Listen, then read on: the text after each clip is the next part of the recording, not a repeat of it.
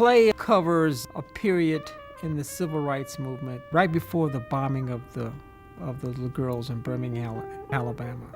The movement leaders have had a very successful event in Montgomery, Alabama with the bus boycott, and they are trying their best to recapture that energy, trying to organize a movement in Birmingham, and they think they got it.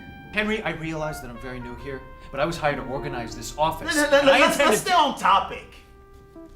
All right?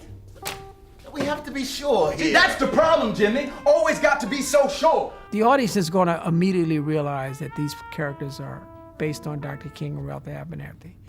Now, this girl in Tennessee arrested for using the white water fountain. They beat her bad. Yes, they did, but she almost died. The Good Negro actually came up with the title of the play long before. I was just looking at these images of King and Abernathy and Andrew Young, and they were just, every time you saw them in public, they were impeccably dressed.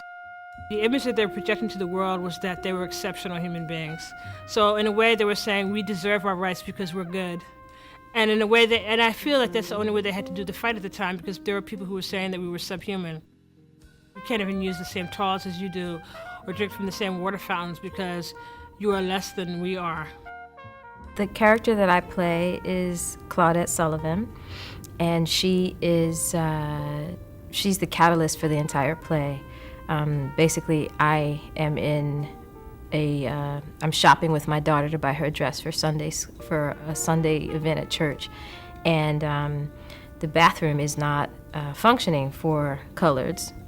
So I take her into the white bathroom, someone catches me, they end up taking my child from me, I get arrested, we both get thrown in jail. My daughter, who's 4, is held in a holding cell for 6 hours. A 4-year-old girl alone in that filthy jail. We can't keep letting them walk all over us like this. Preach, Jimmy.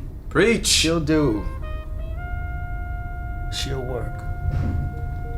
Okay, good. It's wonderful to work with a director who is directly connected to these experiences. You know, when we were working at the table last week, Chuck had so many really great stories to tell. It's really nice to work with a director who actually lived it. The country was just totally different. The races just did not communicate with one another. It was not a good time for race relations in the United States.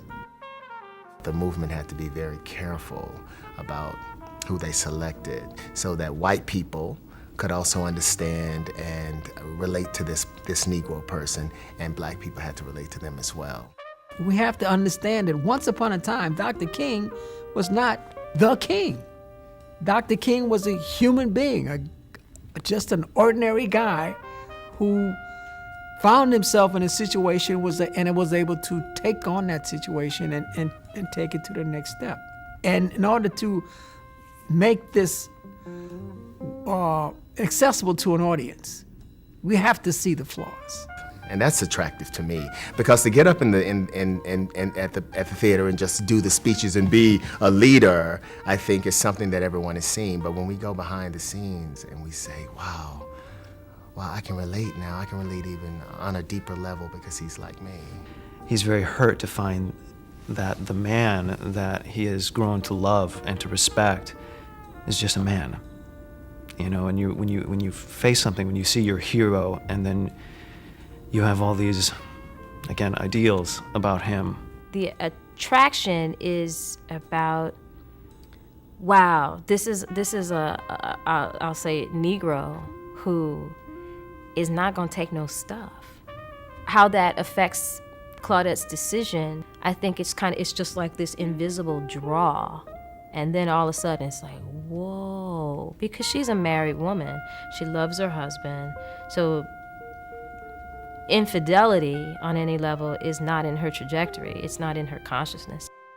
I'm not trying to disparage anyone in the movement. I'm not trying to say that they were bad people. I'm actually trying to, I admire them. I'm trying to extol them by showing their humanity. I think when we make them perfect, then it doesn't do them a service, because if you're perfect and if you have no struggle, then it's easy. Every one of us with all our flaws, with, you know, all our peculiarities, can make a difference in this life, you know?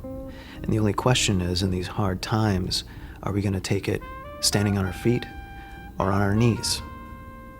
And these men and women took it standing on their feet. So I really hope that people will look at those images in a different way and look and realize how difficult it was to make those decisions, how the sacrifices that people made.